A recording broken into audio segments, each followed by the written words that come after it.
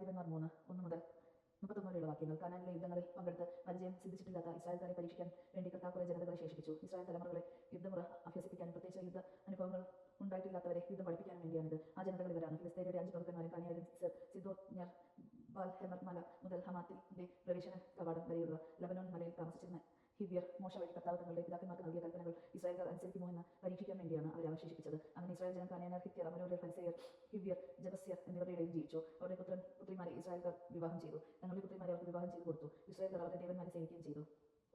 ഒത്തുനീയിൽ തങ്ങളുടെ ദൈവമായ കർത്താവിനെ മറന്ന ബാൽ ദേവന്മാരെയും അശോര പ്രതിഷ്ഠകളെയും സേവിച്ചുകൊണ്ട് ഇസ്രായേൽ കർത്താവിന്റെ മുൻപാകെ തിന്മ പ്രവർത്തിച്ചു. അതിനാൽ കർത്താവിന്റെ കോപം ഇസ്രായേലിനെതിരെ ജനിച്ചു. അവിടെ നിന്ന് അവരെ മെസൊപ്പൊട്ടാമിയ രാജാവായ കുഷാൻ റിഷാത്തയീമിന്റെ കൈകളിൽ ഏൽപ്പിച്ചു. അവനെ അവർ 8 വർഷം സേവിച്ചു. ഇസ്രായേൽ ജനം കർത്താവിനോട് നിലവിളിച്ചു. കലേബിന്റെ ഇളയ സഹോദരനായ കെനാസിന്റെ പുത്രൻ ഓത്തിനിലെ കർത്താവ് അവർക്ക് വിമോചനത്തിനായി നിയമിക്കുകയും അവർ അവരെ മോചിപ്പിക്കുകയും ചെയ്തു. കർത്താവിന്റെ ആത്മാവ് അവന്റെ മേൽ വന്നു. അവൻ ഇസ്രായേലിൽ ന്യായവിധി നടത്തി. അവൻ യുദ്ധത്തിന് പുറപ്പെട്ടു. മെസൊപ്പൊട്ടാമിയ രാജാവായ കുഷാൻ റിഷാത്തയീമിനെ കർത്താവ് അവന്റെ കയ്യിൽ ഏൽപ്പിച്ചു കൊടുത്തു. ഒത്തിനേൽ അവന്റെ മേൽ ആധിപത്യം സ്ഥാപിച്ചു. അങ്ങനെ ദേശത്ത് 40 വർഷം ശാന്തി നിലനിന്നു. അതിനുശേഷം കെനാസിന്റെ മകനായ ഒത്തിനേൽ മരിച്ചു. ഏഹൂദ്. ഇസ്രായേൽ ജനം വീണ്ടും കർത്താവിന് മുൻപിൽ തിന്മ ചെയ്തു. അതിനാൽ അവിടുന്ന് മോവാബ് രാജാവായ എഗ്ലോനെ ഇസ്രായേലിനെതിരെ പ്രബലനാക്കി. അവൻ അമോന്യരെയും അമലേക്കാരെയും കൂട്ടി ഇസ്രായേലിനെ പരാജയപ്പെടുത്തി ഈന്തപ്പനകളുടെ നഗരം കൈവശമാക്കി. ഇസ്രായേൽ ജനം മോവാബ് രാജാവായ എഗ്ലോനെ 18 വർഷം സേവിച്ചു. എന്നാൽ ഇസ്രായേൽ ജനത്തെ കർത്താവിനോട് നിലവിളിച്ചപ്പോൾ അവിടുന്ന് അവർക്ക് ഒരു വിമോചനം നൽകി.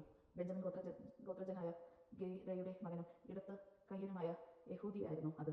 ഇസ്രായേൽ ജനം അവൻ വശം മെവാബ് രാജാവുമായ എഗ്ലോലിന് കാഴ്ച കൊടുത്തയച്ചു. യഹൂദ് ഒരു മുഴം നീളമുള്ള ഇരുവായി തലവാൾ ഉണ്ടാക്കി വസ്ത്രത്തിനിടയിൽ ബലത്തിനിടയിൽ കെട്ടിവെച്ചു. അവൻ മെവാബ് രാജാവായ ഏഗലിന് കാഴ്ച സമർപ്പിച്ചു. ഏഗലോൻ തടിച്ചു കൊഴുത്ത മനുഷ്യനായിരുന്നു. യഹൂദ് കാഴ്ച സമർപ്പിച്ചു കഴിഞ്ഞ് ചുമട്ടുകാരെ പറഞ്ഞയച്ചു. എന്നാൽ ഗിലാൽ വിഗ്രഹങ്ങളുടെ അടുത്ത് ചെന്നപ്പോൾ അവർ തിരിഞ്ഞു നടന്നു. രാജാവിന്റെ അടുക്കൽ വന്ന് പറഞ്ഞു: അല്ലയോ രാജാവെ, തനിക്ക് അങ്ങേ ഒരു രഹസ്യ സന്ദേശം അറിയിക്കാനുണ്ട്. രാജാവ് പരിചയരോട് പറഞ്ഞു. പോകാൻ ആജ്ഞാപിച്ചു. അവർ പോയി. രാജാവ് വേനൽക്കാല വസതിയിൽ ഇരിക്കുകയായിരുന്നു.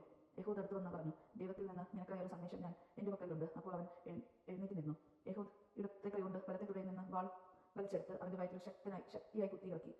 വാളോടൊപ്പം പിടിയും അകത്തു കടന്നു. വാൾ ഊരി എടുക്കാതിരിക്കുന്നത് കൊണ്ട് കൊഴുപ്പും അതിനെ മൂടി. അനന്തരം യഹൂദ് പൂമുഖത്തിറങ്ങി അവനെ അകത്തിട്ട് വാതിൽ അടച്ചു പൂട്ടി. അവൻ പോയി കഴിഞ്ഞ് പരിചാരകർ വന്നു. മുറിയുടെ കഥകൾ കൂട്ടിയിരിക്കുന്നത് കണ്ടപ്പോൾ അവൻ ദിനചര്യ രഹസ്യ മുറിയിലായിരിക്കുമെന്ന് അവർ വിചാരിച്ചു. അവർ കാത്തിരുന്ന് കുഴഞ്ഞു. എന്നിട്ട് മുറിയുടെ വാതിൽകൾ തുറക്കാതിരുന്നത് കണ്ടപ്പോൾ അവർ താക്കോൽ എടുത്ത് തുറന്നു. അപ്പോൾ രാജാവ് തറയിൽ മരിച്ചു കിടക്കുന്നു. അവർ കാത്തിരുന്ന സമയത്ത് യഹൂദ് ഗിലാ വിഗ്രഹങ്ങൾക്കപ്പുറമുള്ള സെറയിലേക്ക് രക്ഷപ്പെട്ടു. അവൻ എഫ്രയീം മലമ്പ്രദേശത്തെത്തിയപ്പോൾ കാഹളം മുടക്കി. ഇസ്രായേൽ ജനം മലയിൽ നിന്ന് അവന്റെ നേതൃത്വത്തിൽ താഴേക്കിറങ്ങി. അവൻ അവരോട് പറഞ്ഞു: എന്റെ പിന്നാലെ വരിക. കർത്താവ് നിങ്ങളുടെ ശത്രുക്കളായ മോവാബിനെ നിങ്ങളുടെ കൈകളിൽ ഏൽപ്പിച്ചിരിക്കുന്നു.